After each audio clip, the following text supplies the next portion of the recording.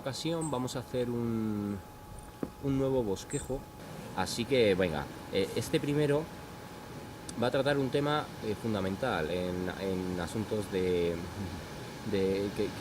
tiene que ver directamente con las religiones, con las falsas religiones, ¿no?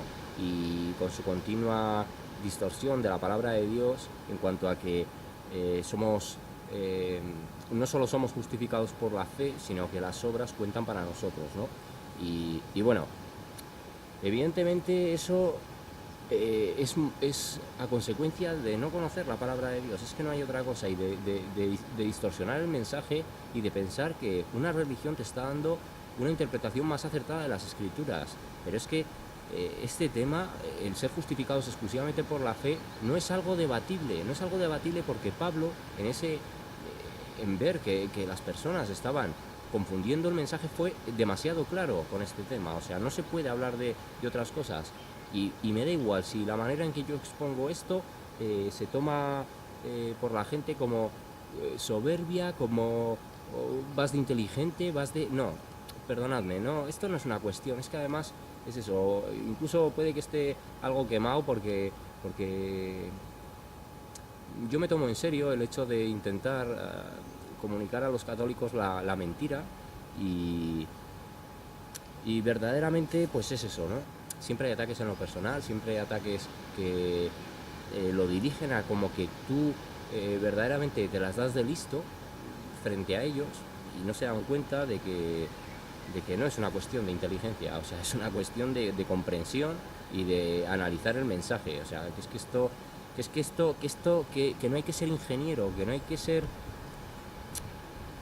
Evidentemente no estamos hablando de ese tipo de cosas, ¿no? Pero que es que ni siquiera hay que ser teólogo para que tú puedas entender cosas claras. O sea, y aquí vamos a hablar de justificados por la fe, y ni siquiera habría que hacer esta presentación, porque es que Pablo nos lo dice claramente: si la gracia es por obras, ya no es gracia, es obra, se acabó. O sea, es que no hay más. Y por toda la doctrina, cómo viene reflejada en la palabra de Dios. O sea, pero es que simplemente esa frase ya acaba, es que te lo están diciendo. O sea, si la justificación es por obras, entonces ya no es por la fe, es por obras, ya está. Y es que no hay más vuelta de hoja. O sea, es que hay cosas que es que lo podría entender el niño que aprenda a... Evidentemente es un concepto que se necesita tener una cierta edad para saber de lo que se está hablando, pero que es que una persona con un mínimo de entendimiento le queda claro.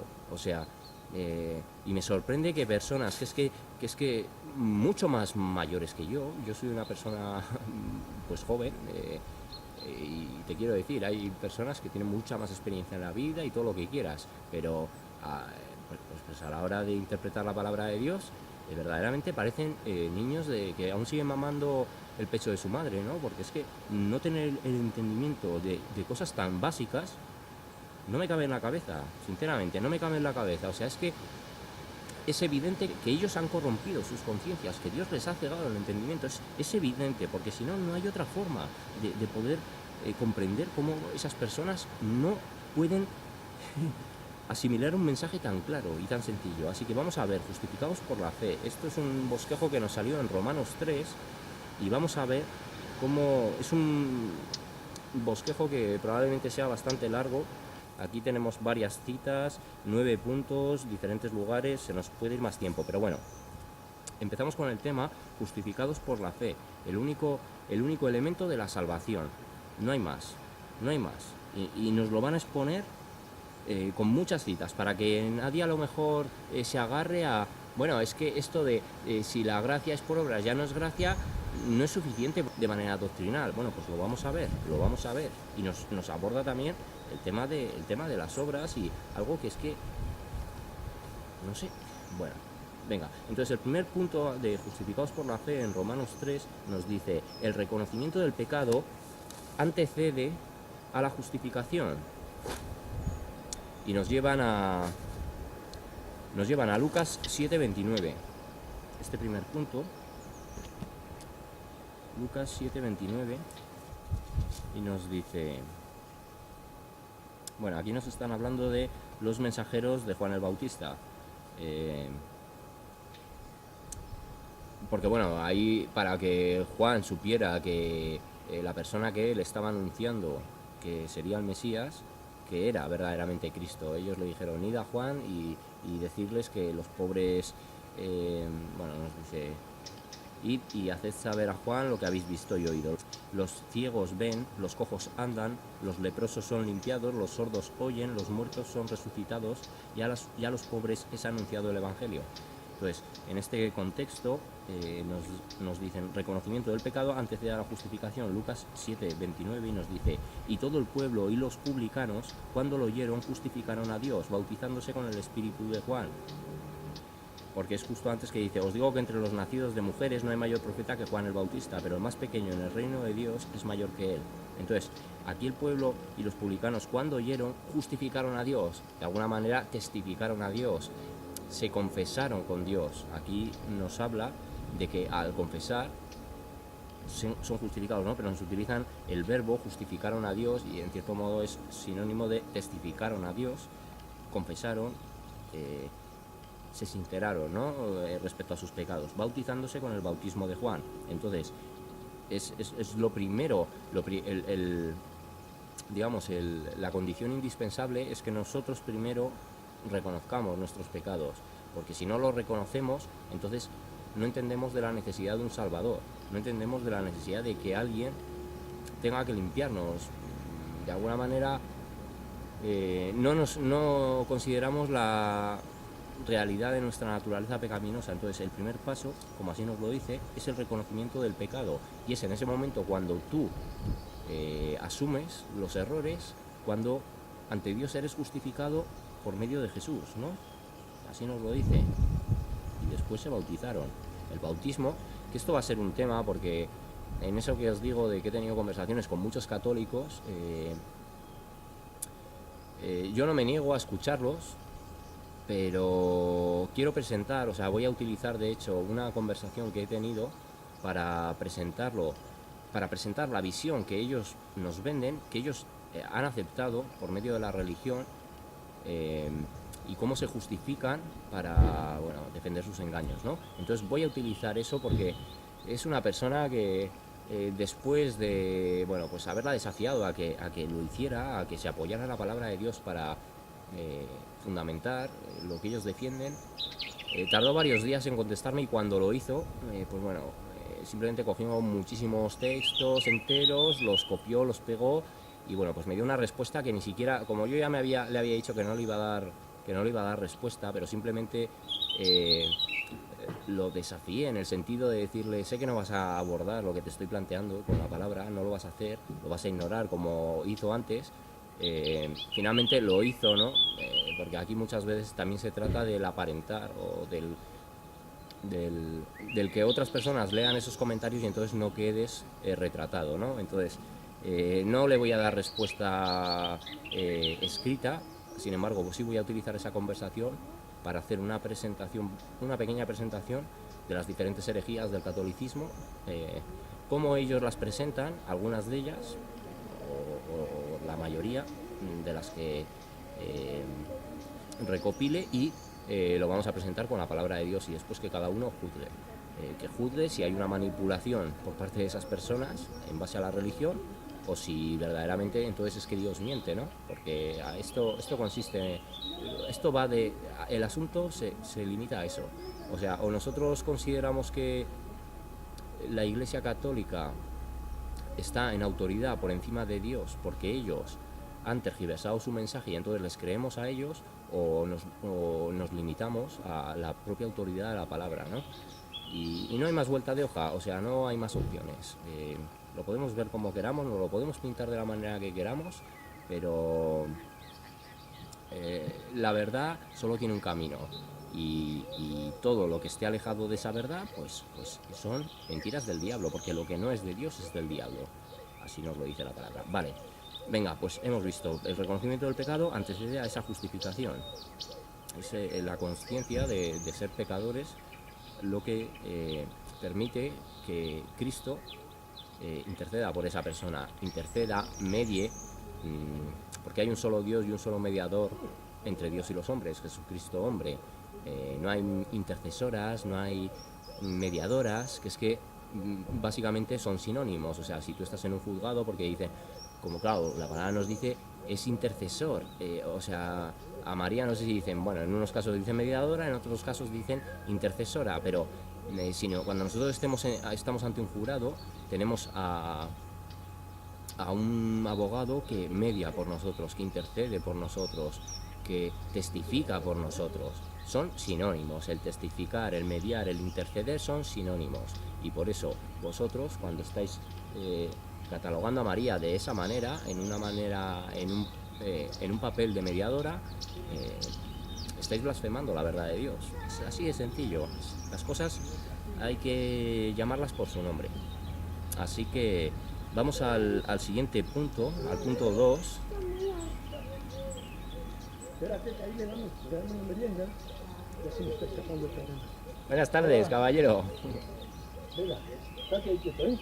Venga, vamos al ¿A dónde punto nos 2 y nos dice, Dios nos concede la justificación. Y en este caso, Dios nos concede la justificación, punto 2. En este caso nos llevan a Romanos 8:30 y luego versículo 33. Entonces, vamos a ver.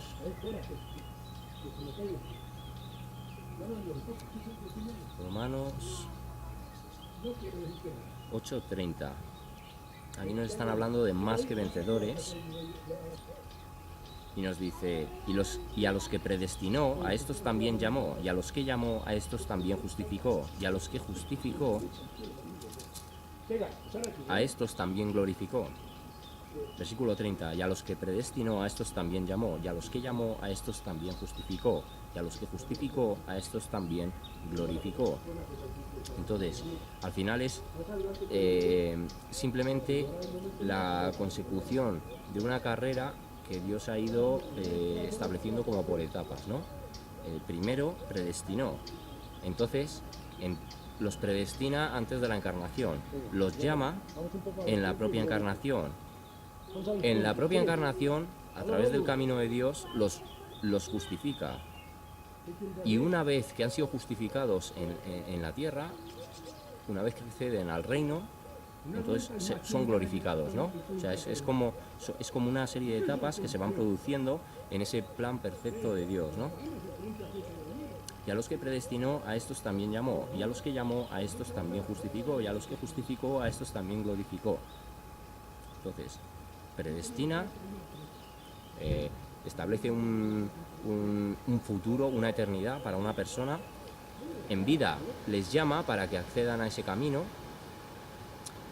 En vida, a través de la fe en Cristo, se produce esa justificación que una vez que se llega al reino de los cielos se manifiesta, y entonces eso produce la glorificación, ¿no? Espiritual finalmente. Vale.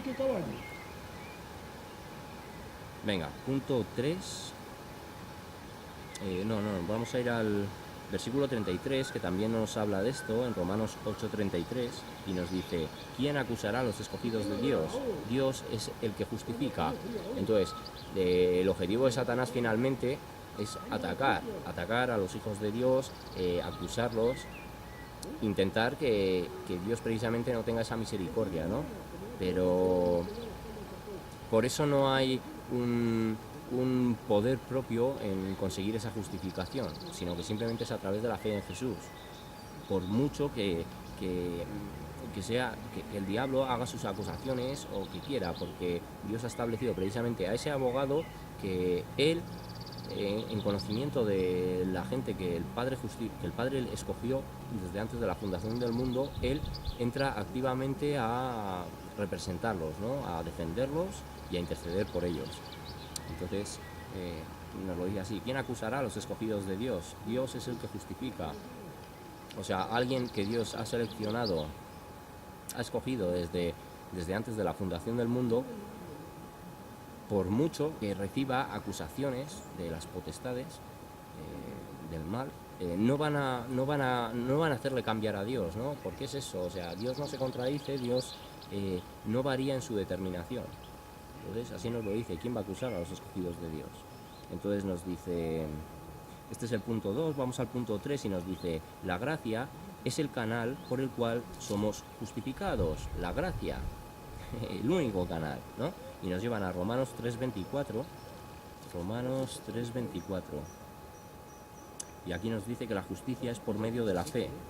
Y nos dice, siendo justificados gratuitamente por su gracia, mediante la redención que es en Cristo Jesús. Es decir, gratuitamente. No van a pesar los sacrificios, no van a pesar los rituales, no van a pesar las obras. La justificación es algo gratuito.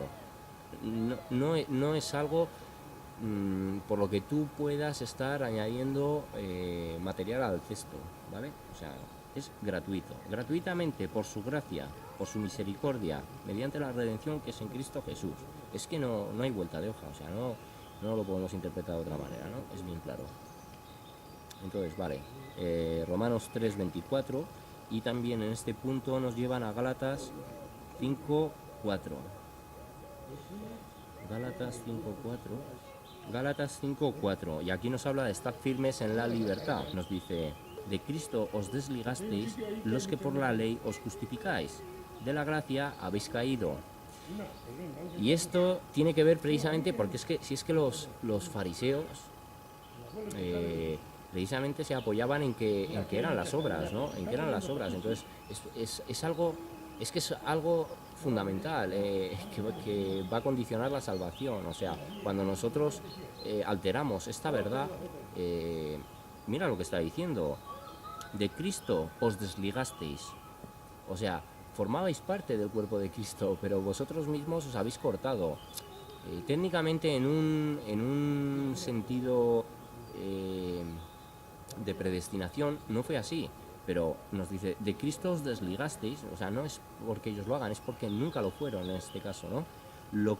De Cristo os desligasteis, los que por la ley os justificáis, o sea, los que creéis que por hacer obras verdaderamente sois justos ante Dios. De la gracia habéis caído, es decir, pierdes esa salvación, ¿no? Porque no entiendes una doctrina básica, no solo no la entiendes, sino que no eres parte de ella, o sea, no eres parte de ella porque tú te consideras responsable de tu propia salvación. Y la salvación nos lo está diciendo, es un regalo, es la gracia, es misericordia, o sea, es algo que se entrega gratuitamente. Cuando tú esa verdad la estás alterando, simplemente no eres parte de la gracia. Y va a haber muchas sorpresas, y esto no es juzgar, porque hay mucha gente que lo tomará como, ves, tú estás juzgando y estás diciendo que estas personas no son salvas. No, es que os lo está diciendo la palabra. En el momento en el que tú la doctrina de la gracia la manipulas, la malinterpretas, la distorsionas y encima enseñas a otros algo que, bueno, pues es una herejía total, entonces no eres parte de la justificación, no eres parte de la gracia, porque no entiendes algo clave y básico que te va a llevar a la salvación eterna, ¿no? Entonces así te lo dice, de la gracia habéis caído, no formas parte de la gracia, simplemente es así de sencillo, es duro, es contundente, sí, pero es la verdad la verdad de la palabra, no es una cuestión de interpretación humana, no es una cuestión de acomodarte tú el texto, es una cuestión de entender el texto, porque muchas personas, y lo mismo, es que esto es una crítica absoluta a la absurdez católica, entre otros, pero básicamente porque otras religiones, no basándose en la verdad de Dios, estando totalmente alejados, estando adorando a otro Dios, aunque finalmente en el catolicismo sucede lo mismo, pero por lo menos esas otras religiones no se están basando en la palabra. Te quiero decir, hay una falta de respeto aún mayor dentro del catolicismo cuando se atreven a blasfemar la verdad de Dios, porque si blasfemas la verdad de Dios, pero por un texto que no es de Dios, que no es inspirado por Dios, digamos, el error es el mismo, pero el contexto es diferente, porque no estás hablando de algo que no se corresponde con lo que verdaderamente Dios ha dejado y en lo que además tú se supone que te glorías en conocer, en respetar, y bueno, pues que es una evidencia que no es así. Y bueno, pues es que lo está diciendo, de la gracia habéis caído. Nadie va a ser justificado por obras. Así que bueno. Vale, ahí nos lo dice Gálatas 5:4, así que vamos al punto 4 y nos dice, la sangre de Jesús es el medio para nuestra justificación. En Romanos 3:24, Romanos 3:24.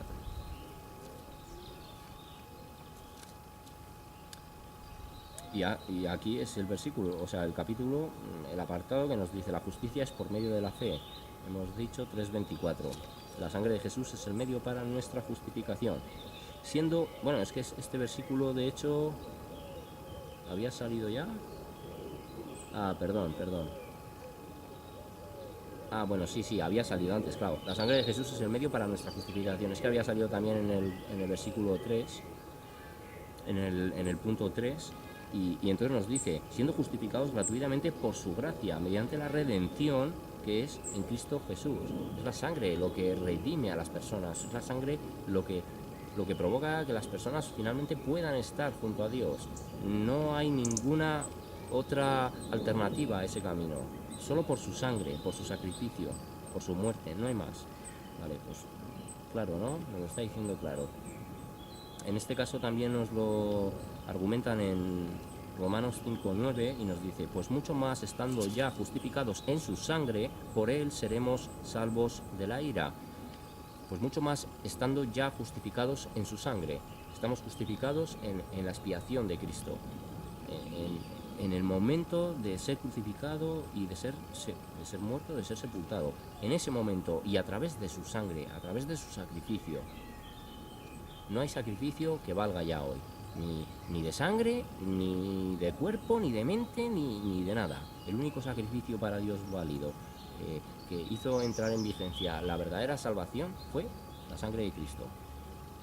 Y entonces, además, es un punto, un versículo que de hecho nos salió en el vídeo sobre el arrebatamiento, donde nos lo dicen claramente: pues mucho más, estando ya justificados en su sangre, por él seremos salvos de la ira del fuego eterno, pero también de la ira que para la última generación representa la gran tribulación.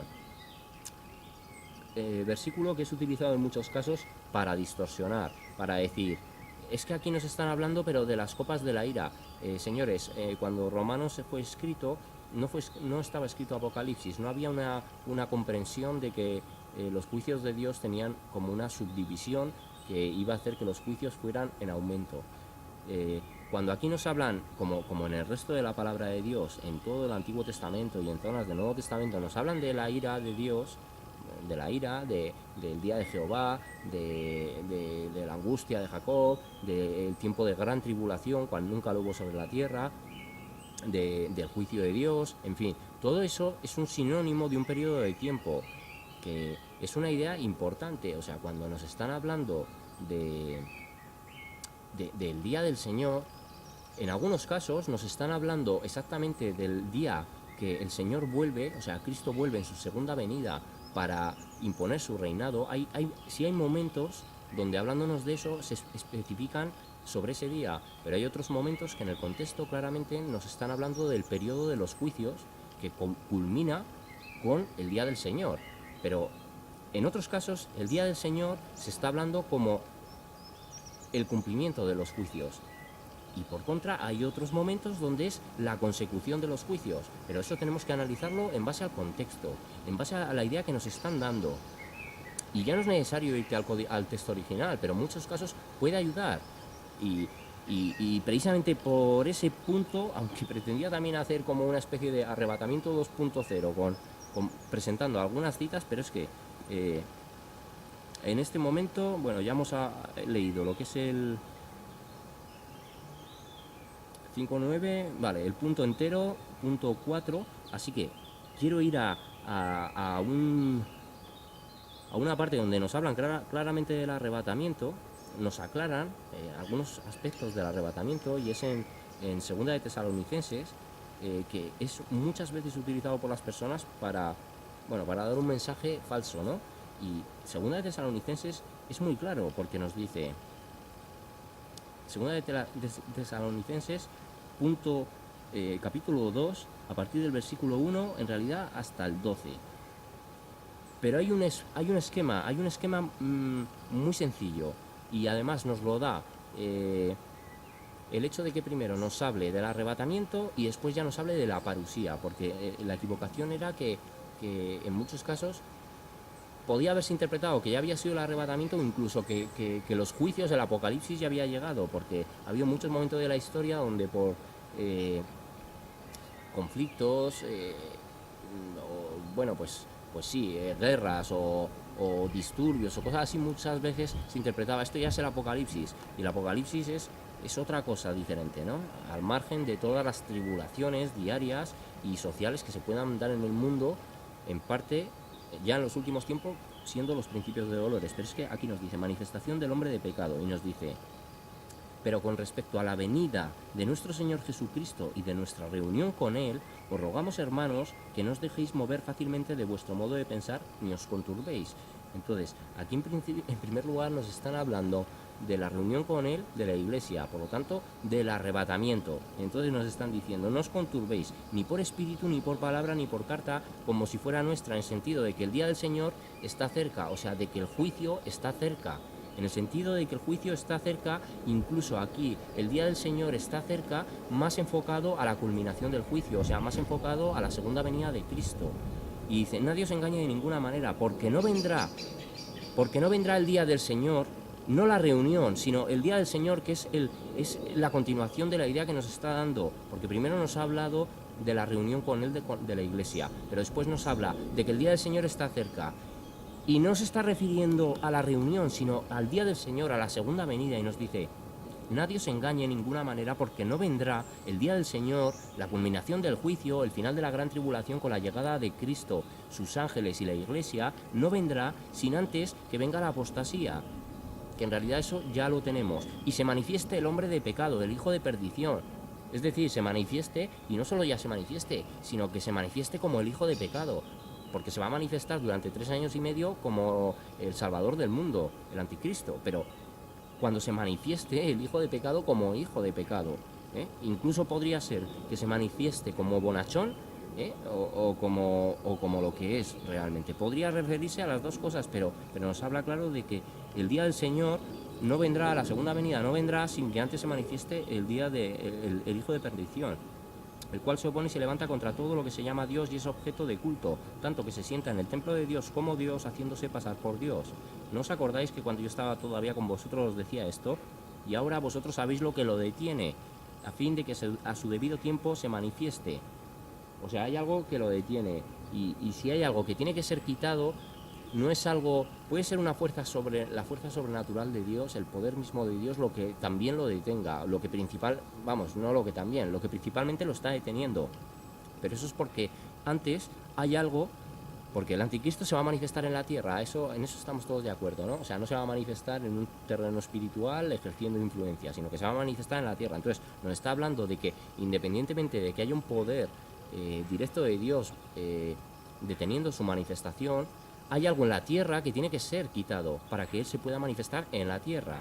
Entonces, nos lo está diciendo: y ahora vosotros sabéis lo que lo detiene, a fin de que a su debido tiempo se manifieste. ¿Por qué? Porque en Tesalonicenses, en la primera carta a los Tesalonicenses nos está diciendo: nosotros seremos arrebatados y estaremos juntamente con el Señor. Ahí es cuando Dios permite, bajo su voluntad, que el anticristo empiece a gobernar, para engañar a los que no recibieron el conocimiento de la verdad para ser salvos. Así nos lo dicen también. Entonces nos dice: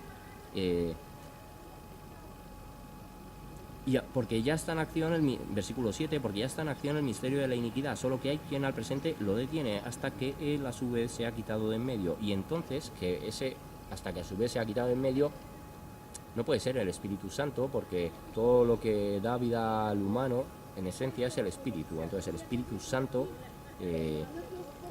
simplemente van a estar también los 144.000, o poseen, contienen ellos al Espíritu Santo. Evidentemente van a estar los 2 testigos, contienen al Espíritu Santo, y van a estar toda la serie de mártires que van a tener que morir durante la gran tribulación, que debido a la fuerza del Espíritu Santo van a aguantar y van a no dudar, les va a dar la fuerza del Espíritu Santo para no negar a Cristo, ¿no? Entonces, el Espíritu Santo obviamente no puede ser, es el espíritu más de la Iglesia, es el espíritu de la Iglesia.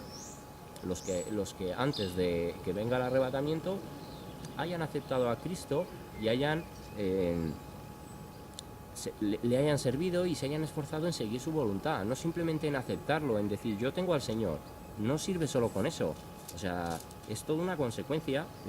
Entonces hay personas que a lo mejor, por simplemente haber dicho yo acepto al Señor, a lo mejor, y yo no lo aseguro, eso es una decisión de Dios, a lo mejor ellos tienen que estar aquí para después ser obreros de Cristo durante la gran tribulación, y va a ser una labor súper importante de esas personas. O sea, que yo mismo así lo he afirmado en algún momento, y me mantengo en eso. O sea, si Dios a algunas personas, y yo me pongo como ejemplo, si Dios, por ejemplo, decidiera que yo no me tengo que ir en el arrebatamiento, y no necesariamente a lo mejor porque tenga que cumplir una misión, sino porque simplemente yo no soy digno de estar ahí, pues tendré que aprender, y tendré que, si verdaderamente amo a Dios, tendré que seguir esforzándome, y tendré en ese momento que adecuarme a lo que hay.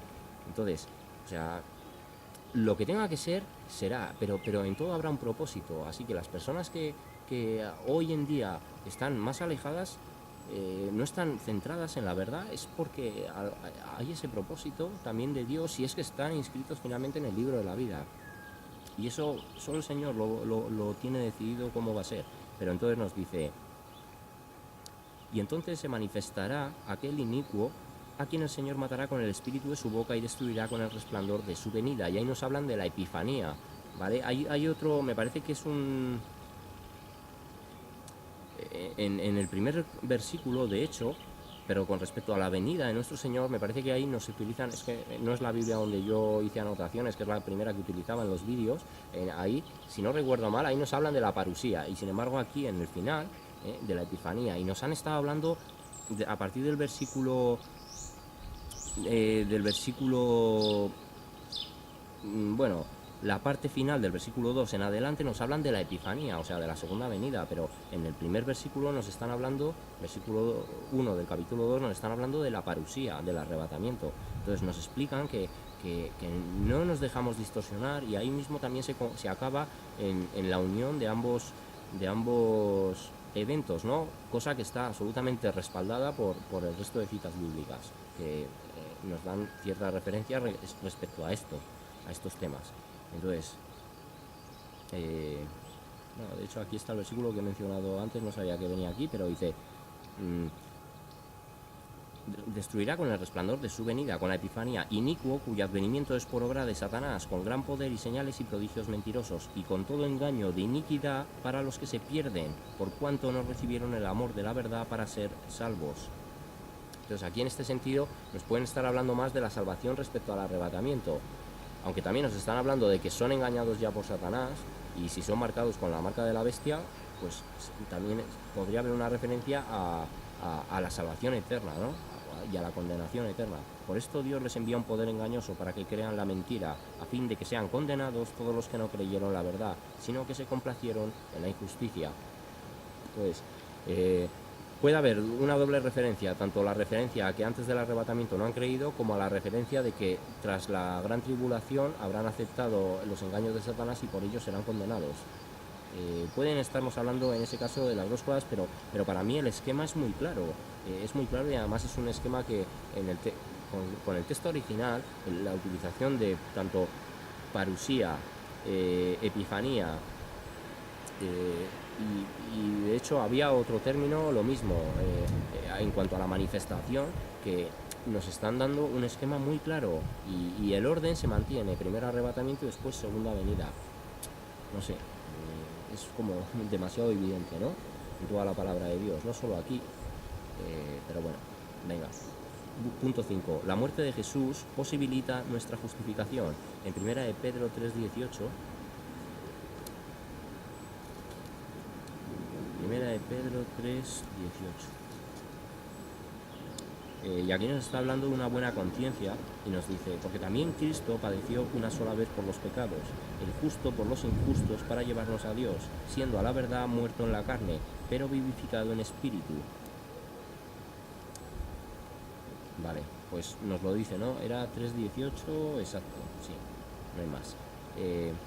Entonces, es precisamente solo la muerte de Cristo, ¿no? Además nos lo dice: porque también Cristo padeció una sola vez por los pecados de todos, el justo por los injustos.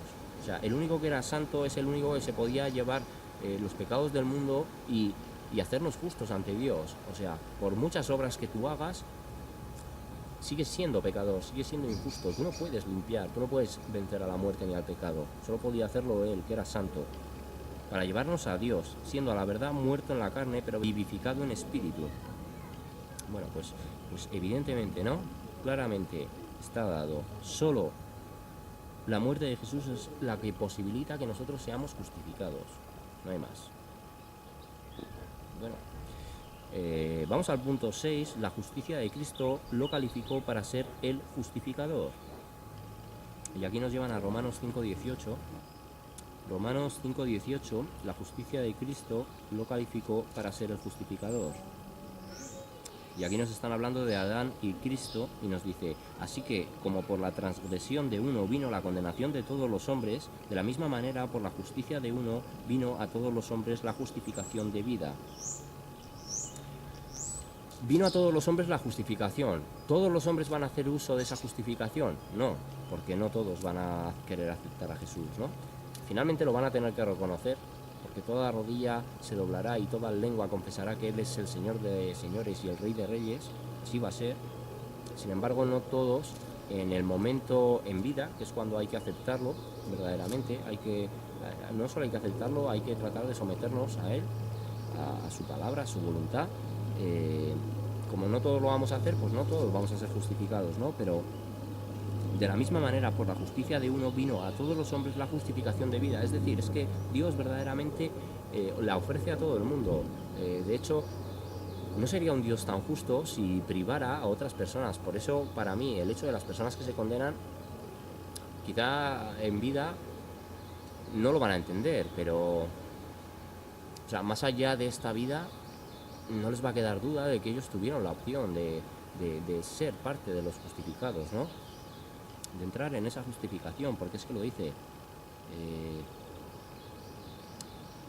por uno vino la condenación a todos los hombres, de la misma manera por la justicia de uno vino a todos los hombres la justificación. O sea, cualquiera que se rinda ante Él, cualquiera que se entregue a Él, cualquiera que crea en Él, va a ser justificado.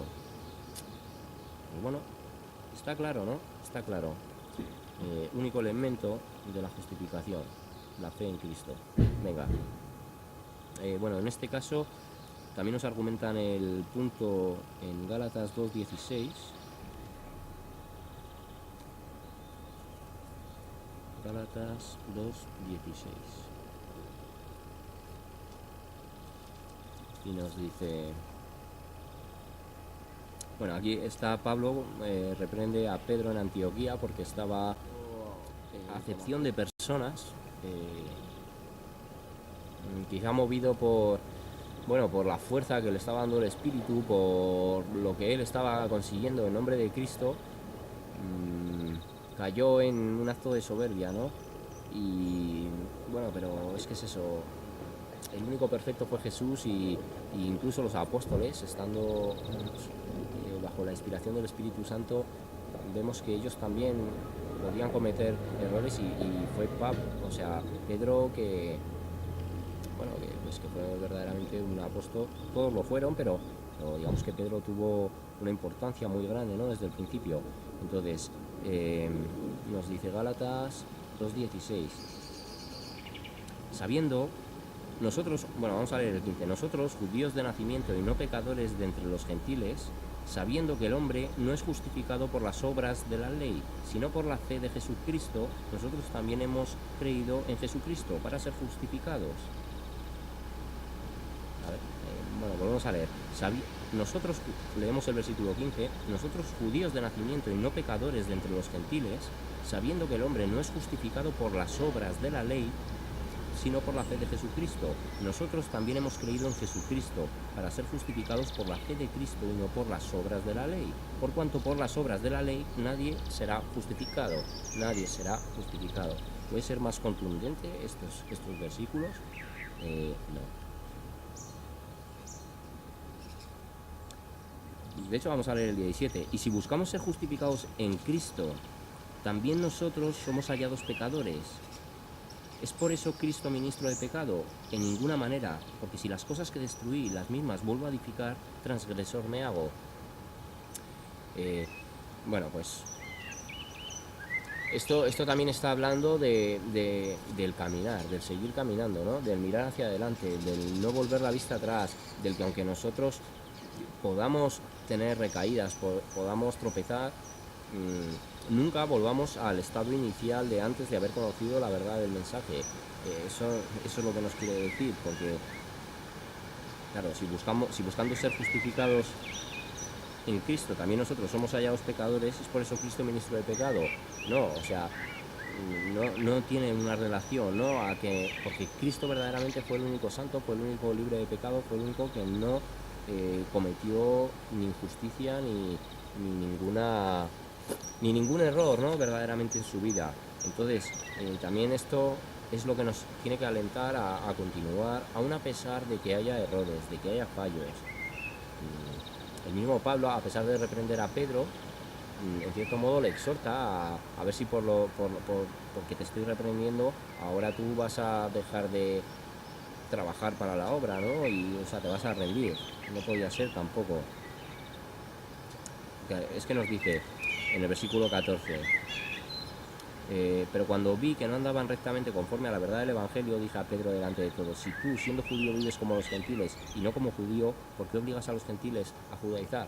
Porque Pedro en ese momento se equivocó pensando que el retomar las obras de lo establecido por la ley de los judíos era necesario para los gentiles, y verdaderamente Dios sí lo estableció la ley, y es algo que el pueblo de Israel sí que tiene que guardar, pero para los gentiles Cristo sí estuvo dentro de la ley porque también era judío, pero a Pablo le dio la información codificada por medio de toda la inspiración que él nos transmite en todos sus escritos, de que no es verdaderamente el camino. O sea, no es el camino para la gente que conoce a Cristo, conoce el Evangelio.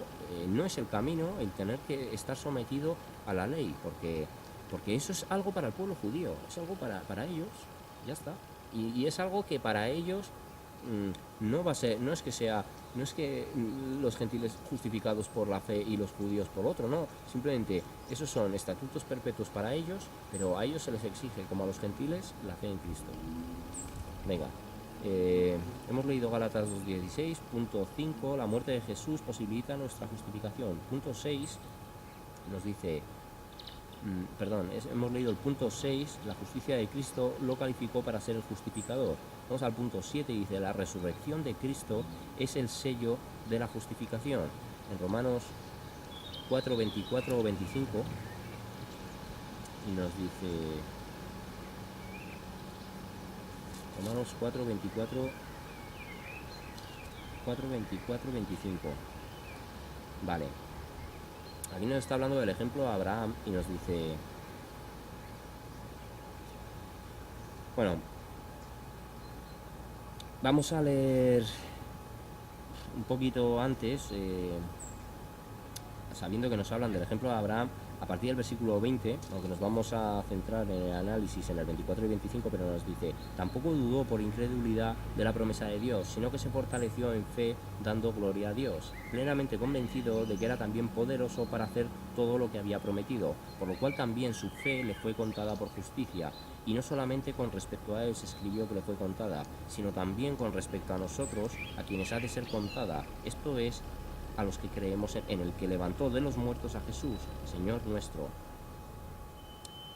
Versículo 24, sino también con respecto a nosotros, a quienes ha de ser contada, esto es, a los que creemos en el que levantó de los muertos a Jesús, Señor nuestro, el cual fue entregado por nuestras transgresiones y resucitado para nuestra justificación. Pues ahí nos lo está diciendo, ¿no? La resurrección de Cristo verdaderamente es el sello de la justificación. Es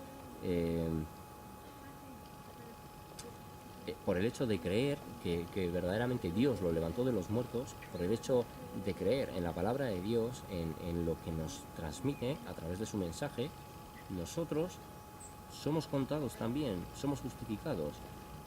Y nos lo dice así, entregado por nuestras transgresiones y resucitado para nuestra justificación. Entonces, verdaderamente es muy claro, o sea, no hay ninguna otra vía, no hay ninguna otra condición, no hay ninguna cláusula que incluya algo que no sea la fe para el hecho de la justificación. Es lo único. Digamos que este contrato no tiene letra pequeña. Este contrato está escrito en letra gigante y y está determinado por Dios así.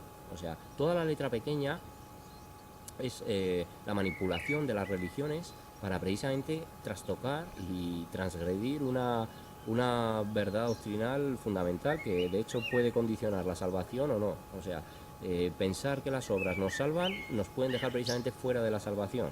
O sea, condena el alma si tú consideras que a través de tus buenas obras eres digno de ser justificado. Bueno, pues está claro, ¿no? Vale. Vamos al punto 8 y nos dice: la justificación es un regalo recibido por la fe. Romanos 5.1, aquí mismo, y nos habla de los resultados de la justificación. Y dice: justificados pues por la fe, tenemos paz para con Dios por medio de nuestro Señor Jesucristo. Justificados pues por la fe. Y es que luego el último punto, bueno, pues que es el siguiente ya, nos va a aclarar el tema de las obras, pero nos está diciendo: justificados pues por la fe.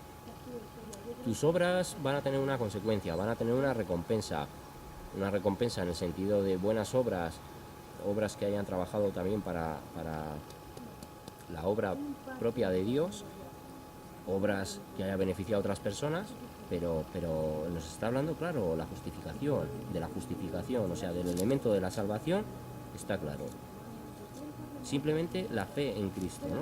Pues ya está, justificados pues por la fe. Tenemos paz para con Dios por medio de nuestro Señor Jesucristo. Por medio de nuestro Señor Jesucristo, y no hay mención de María ni hay nada, es por medio de Él, exclusivamente de Él. Ya está. Bueno, pues Romanos 5.1, claro, evidente, ni siquiera hay que dar una argumentación, es suficientemente claro el texto.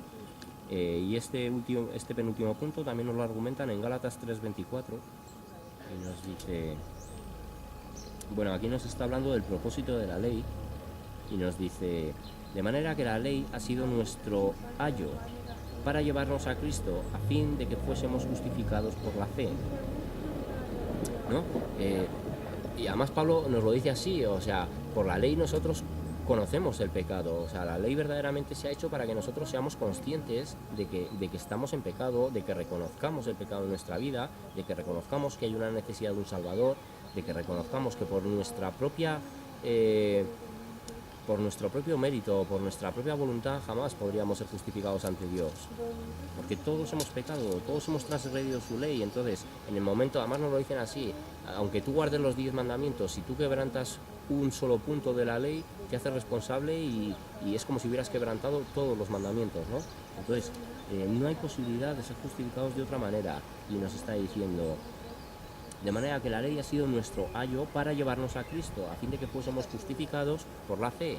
O sea, se nos enseña primero la ley para reconocer nuestra naturaleza pecaminosa, pero después, verdaderamente, Dios, en su amor, nos envía la fórmula mágica para poder ser salvos. Una fórmula que se demostró que a través de la ley era imposible realizarlo. Entonces, Dios, en su misericordia, nos envía a su Hijo para entregarnos un elemento de salvación. Porque quiere verdaderamente que seamos justificados ante Él, que podamos llegar a ser justificados. Y por nosotros mismos nunca lo podríamos conseguir. Entonces, último punto, capítulo punto 9, la evidencia de la justificación son las buenas obras.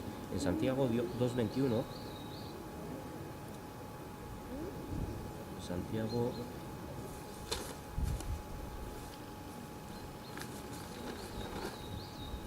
Santiago 2.21, y nos dice, aquí nos está hablando de que la fe sin obras es muerta. Es un punto que se ha venido tocando ya en otros vídeos, y yo creo que, bueno, pues la propia idea que nos da la palabra ya en cierto modo ha quedado expresada, ¿no? Pero bueno, es un buen momento para que se toque también aquí, ya que se habla de la justificación por la fe, pues que se entienda que el tema de las obras es una consecuencia, no es parte de la justificación. Entonces nos dice: no fue justificado por las obras, 2.21, sí. ¿No fue justificado por las obras Abraham nuestro padre cuando ofreció a su hijo Isaac sobre el altar? Entonces, Abraham, verdaderamente, ¿por qué ofreció a su hijo Isaac? Por la fe. Verdaderamente lo hizo por la fe. O sea, esa obra estaba respaldada por su fe. Pero no fue al revés. O sea, no es que su obra le aportara la fe, sino que a causa de su fe, él no dudó en realizar esa obra, ¿no? Es una consecuencia, la obra de la fe. Entonces, lo dice así: no fue justificado por las obras Abraham, nuestro padre, cuando ofreció a su hijo Isaac sobre el altar. ¿No ves que la fe actuó juntamente con sus obras y que la fe se perfeccionó por las obras? O sea, la obra finalmente da testimonio de la fe, la obra confirma la fe, la obra fundamenta que la fe sea sólida o sea sea fachada, ¿no? Sea apariencia. Pues es a través de la obra como nosotros damos testimonio de una fe genuina o de una fe fingida. Pues está claro, ¿no? Es que además, aquí, esta parte de Santiago, desde el versículo 14 hasta el final del capítulo 2, pues nos está aclarando este punto que doctrinalmente no tiene discusión. Bueno, también nos llevan al versículo de este capítulo 2 de Santiago, versículos 24 y 25, y nos dice: vosotros veis, pues, que el hombre es justificado por las obras, y no solamente por la fe. Asimismo también Rahab, la ramera, no fue justificada por obras cuando recibió a los mensajeros y los envió por otro camino. Entonces, ahí estamos viendo, ella, la prostituta que ayudó a escapar a los, digamos, a los espías del pueblo de Israel que fueron para visitar el territorio antes de llevar a cabo la invasión. Ella creía en Dios, ella creía en el Dios verdadero, tenía fe en el Dios verdadero, y a causa de esa fe, eso le movió dentro de ella, el propio espíritu le movió a que ayudara a la gente del pueblo de Israel. Pero la obra finalmente es una consecuencia de que ella verdaderamente tenía fe. Si hubiera sido una persona que no tuviera fe, no hubiera hecho esa obra. Es que esa obra estaba condicionada por su fe en el Creador. O sea, si hubiera sido al revés, los hubieran delatado, ella los hubiera entregado, los hubiera traicionado, y hubiera provocado que la gente del pueblo los tomara cautivos, ¿no? Y no fue así. Entonces nos está diciendo, además es que lo dice: vosotros veis, pues, que el hombre es justificado por las obras y no solamente por la fe. Y está enseñando que eso es un error totalmente, un error doctrinal que se encarga en todas sus epístolas de aclararlo. O sea, que es que verdaderamente es un tema que no podemos debatirlo, que si nosotros nos atrevemos o osamos dar una interpretación diferente a la que nos da la palabra, ya os lo digo, si tú das esa interpretación y tú crees esa interpretación, como nos ha confirmado en uno de los puntos, es que te has desligado de Cristo, no perteneces a la gracia, por lo tanto no eres salvo. Si tú crees eso, no eres salvo en este momento. En la eternidad de Dios tal vez lo seas, porque finalmente te sea revelada la verdad doctrinal de un punto que es muy importante, es fundamental. Pero insisto, yo no estoy emitiendo juicio, estoy dándole voz al mensaje, y ese punto es muy claro. No recuerdo exactamente ahora cuál era, pero bueno, de los primeros, entre los 2-3 primeros, así ha salido. Las personas que hablan de las obras como un elemento de salvación simplemente se han desligado del cuerpo de Cristo y no son salvos, no son justificados, ¿no? Porque no entienden una verdad fundamental del mensaje de salvación. Es como el resto de herejías que, cuando dices venero a la Virgen, aunque no la adoro, venero a la Virgen, bueno, estás fallando también en un sentido de adoración, cuando Dios nos dice que Él no comparte su gloria con nadie. O sea, estás fallando en el primer mandamiento: amarás a Dios con todo tu corazón, con toda tu alma y con todas tus fuerzas. El segundo mandamiento: no tendrás dioses ajenos delante de mí. Cuando tú exaltas a María en un lugar, le das la potestad que no tiene verdaderamente, no es que no merezca, simplemente que no tiene esa potestad. Tú estás haciéndote un ídolo, tienes dioses ajenos delante de Él, y de hecho te estás haciendo una imagen de María que es equivocada, que es falsa y que no se corresponde con las Escrituras. Pues estás fallando en los 2 primeros mandamientos, y evidentemente para mí eso es una evidencia de que a día de hoy no hay salvación. O sea, esa persona no puede ser salva si falla en 2 cosas tan evidentes. De manera lógica, esa persona a día de hoy no sería salva. Si hablamos del plan perfecto de Dios y de la eternidad, puede que finalmente sí lo sea. Porque yo entiendo además que las personas que se congregan es porque sí aman a Dios. Desgraciadamente lo aman basados en mentiras de doctrinas humanas, en mentiras doctrinales que Satanás, de manera muy inteligente, bueno, pues ha difundido a través del catolicismo y otras religiones para que por no conocer la verdad no sean salvos. El pueblo perece por falta de conocimiento. Dios es muy claro, Dios es muy claro. La gente no se condena. No estamos hablando simplemente porque además dice mi pueblo, ¿no? La gente no se condena simplemente por no creer en Dios, se condenan por creer de manera engañosa en Dios, o sea, por hacerse una imagen de Dios, por hacerse una idea preconcebida y por aceptar dogmas que son de origen diabólico y satánico.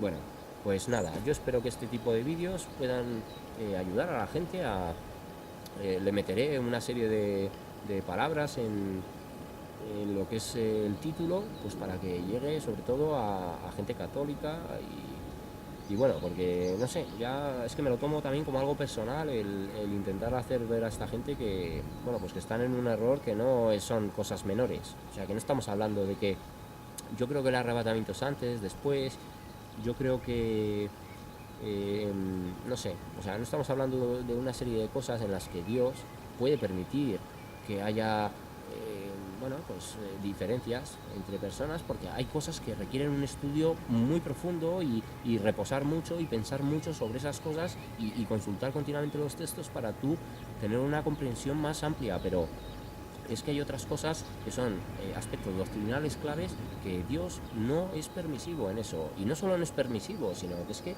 Él mismo está determinando que esas personas no están dentro de la salvación en este momento, ¿no? Defendiendo tales cosas. Así que nada, chicos, cuidaros mucho si sois personas que estéis en diferentes religiones que mienten sobre la palabra de Dios.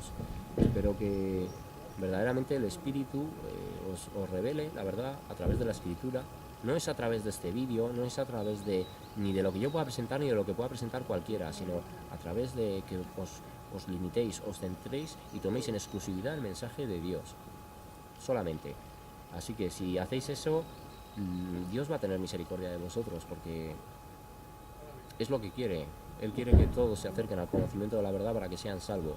Desgraciadamente mucha gente en una actitud soberbia, prepotente, pensando que se tienen que limitar a escuchar a otros, renuncian y desechan la palabra de alguna manera despreciándola y bueno, pues eso finalmente es una falta de trabajo que va a afectar a tu propia salvación y a tu eternidad. Así que somos responsables también, ¿no? Si decidimos ignorar todas estas cosas y decidimos obcecarnos en mantenernos más acomodados dentro de una gran congregación, que a lo mejor tenernos que ir en solitario a estudiar la palabra de Dios y después ya decidir dónde debemos o podemos congregarnos.